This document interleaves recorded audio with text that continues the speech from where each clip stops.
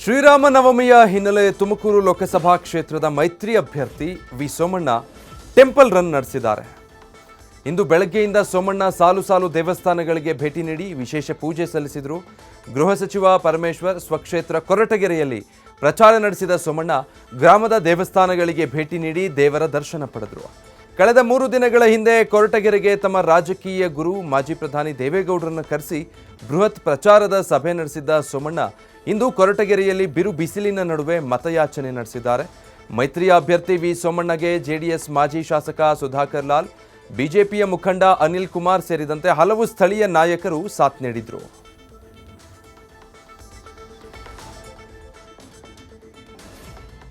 ಇದು ರಾಮನವಮಿ. ಶ್ರೀರಾಮಚಂದ್ರ ಈ ದೇಶಕ್ಕೆ ತಂದಾದಂಥ ಕೊಡುಗೆಯನ್ನು ಕೊಟ್ಟು ರಾಮನ ಭಕ್ತ ಬಂಟ ಹನುಮಂತನ ಒಂದು ಪ್ರೀತಿಸ್ತಕ್ಕಂಥ ಒಂದು ಶುಭ ಸಮಾರಂಭ. ಈ ದೇಶಕ್ಕೊಂದು ಇತಿಹಾಸ ಇದೆ. ಇತಿಹಾಸದಲ್ಲಿ ಶ್ರೀರಾಮಚಂದ್ರ ಒಂದು ದೊಡ್ಡ ಕೊಡುಗೆಯನ್ನು ಪ್ರಪಂಚಕ್ಕೆ ವಿಶ್ವಕ್ಕೆ ಕೊಟ್ಟಿರ್ತಕ್ಕಂಥ ಒಬ್ಬ ಪುಣ್ಯಪುರುಷರು. ಅವರನ್ನು ಇವತ್ತು ಸ್ಮರಣೆ ಮಾಡೋದು, ಭಾರತ ದೇಶಕ್ಕೆ ಭಾರತೀಯರ ಒಂದು ಸಂರಕ್ಷಣೆಗೆ ಅವನ ಆಶೀರ್ವಾದ ಕೋರೋದು ಇದು ಪವಿತ್ರವಾದ ದಿನ.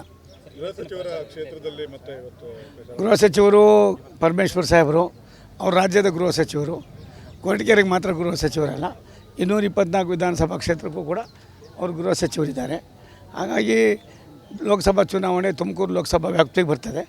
ಆಗಿರೋದೇ ಕೊರಟಗೆರೆಯನ್ನು ಕೂಡ ನಾವು ಇವತ್ತು ಮತಯಾಚನೆ ಮಾಡೋಕ್ಕೆ ಹೋಗ್ತಾಯಿದ್ದೀವಿ. ನೀವೇ ಹೇಳಬೇಕು ಯಾವ ರೀತಿ ಇದೆ ಅಂತ. ಉತ್ಸಾಹ ಇದೆ, ಜನರಿಗೆ ಆಲ್ಟರ್ನೇಟಿವ್ ಇಲ್ಲ. ಕಾಂಗ್ರೆಸ್ನವರು ಒಬ್ಬ ಪ್ರಧಾನಮಂತ್ರಿ ಅಭ್ಯರ್ಥಿ ಯಾರು ಅಂತ ಹೇಳುವಂಥ ಪರಿಸ್ಥಿತಿಯೇ ಇಲ್ಲದೆ ಹೋದಾಗ ಕಾಂಗ್ರೆಸ್ನವರು ಕೂಡ ನಮಗೆ ಓಟ್ ಹಾಕಬೇಕಾದ ಅನಿವಾರ್ಯತೆ ಇದೆ. ಯಾಕೆಂದರೆ ದೇಶ ದೊಡ್ಡದು, ದೇಶಕ್ಕಿಂತ ನಾವು ಯಾರೂ ದೊಡ್ಡವರಲ್ಲ. ಈ ದೇಶದ ಸಾರ್ವಭೌಮತೆಗೆ, ಈ ದೇಶದ ಸಮಗ್ರ ಅಭಿವೃದ್ಧಿಗೆ, ಈ ದೇಶದ ಸಂರಕ್ಷಣೆಗೆ ಯಾರಾದರೂ ಒಬ್ಬರು ಸಮರ್ಥರಿದ್ದಾರೆ ಅನ್ನೋದನ್ನು ಸನ್ಮಾನ್ಯ ದೇವೇಗೌಡರವರು ನಿಜವಾಗ್ಲೂ ಕೂಡ ಅವರ ದೂರದೃಷ್ಟಿಯ ಚಿಂತನೆ 91 ವರ್ಷದಲ್ಲಿ ದೇಶಕ್ಕೋಸ್ಕರವಾಗಿ ಅವರು ಕೊಟ್ಟಿರ್ತಕ್ಕಂಥ ಕೊಡುಗೆ ಅಪಾರವಾದದ್ದು.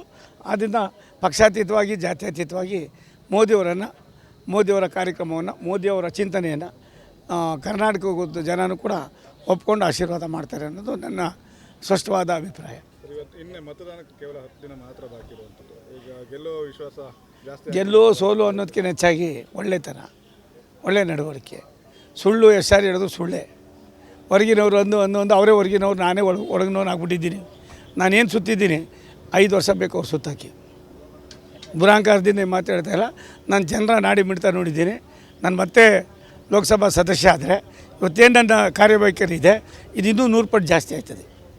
ಬೆಳಗ್ಗೆ ಸಂಜೆಗೆ 24x7 ಬಡವ್ರ ಮನೆಗೆ ಹೋಗ್ತೀನಿ, ಸಾಮಾನ್ಯರ ಮನೆಗೆ ಹೋಗ್ತೀನಿ, ಹಳ್ಳಿಗಳಿಗೆ ಹೋಗ್ತೀನಿ, ಎಲ್ಲೆಲ್ಲಿ ಏನೇನು ಕೆಲಸ ಆಗಬೇಕೋ ಮಾಡ್ತೀನಿ. ಯಾವುದೇ ಒಬ್ಬ ಲೋಕಸಭಾ ಸದಸ್ಯನಿಗೆ ಲಿಮಿಟೇಷನ್ ಇಲ್ಲ. ಅದು ಮಾಡಬೇಕು ಕಾನೂನಿಗೋಸ್ಕರ ಅವೆಲ್ಲ ಇಲ್ಲ. ತನ್ನ ಕರ್ತವ್ಯ ನಿರ್ವಹಣೆ ಮಾಡೋದಕ್ಕೆ, ತನ್ನ ಕರ್ತವ್ಯನ ಮಾಡೋದಕ್ಕೆ ನನಗೊಂದು ಒಳ್ಳೆಯ ಅವಕಾಶನ ಭಗವಂತ ಕರುಣಿಸಿದ್ದಾರೆ. ನಮ್ಮ ವರಿಷ್ಠರು ಕೊಟ್ಟಿದ್ದಾರೆ.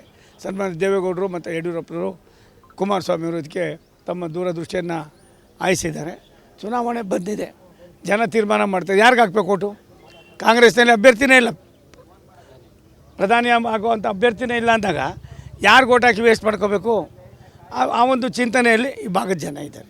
ಬಹಿರಂಗ ಮತದಾನಕ್ಕೆ ಇನ್ನೊಂದು ವಾರ ಮಾತ್ರ ಬಾಕಿ. ಯಾರು ಮತ್ತು ರಾಜ್ಯ ನಾಯಕರು, ರಾಷ್ಟ್ರೀಯ ನಾಯಕರು ಬರ್ತಾರೆ? ರಾಜ್ಯ ನಾಯಕರು ನಾಳೆ ಕುಮಾರಸ್ವಾಮಿಯವರು ಬರ್ತಾ ಇದ್ದಾರೆ, ನಾಳಿದ್ದು. ಅದು ಬಿಟ್ಟರೆ ಅಮಿತ್ ಶಾ ಅವರು 24ನೇ ತಾರೀಕು ಬರ್ತಾರೆ. ಮೋದಿಯವರು ಬರೋ ಇದಿದೆ. ಮೋಸ್ಟ್ಲಿ ಬಂದರೆ ಟೆಂಟೇಟಿವ್ ಆಗಿ 22 ಅಥವಾ 23 ಬರ್ಬೋದು. ಅದಿನ್ನೂ ಕೂಡ ಫೈನಲ್ ಆಗಿದೆ. ನ್ಯೂಸ್ ಫಸ್ಟ್ ನಿರ್ಭೀತಿಯಿಂದ ನಿಮ್ಮ ಪರವಾಗಿ.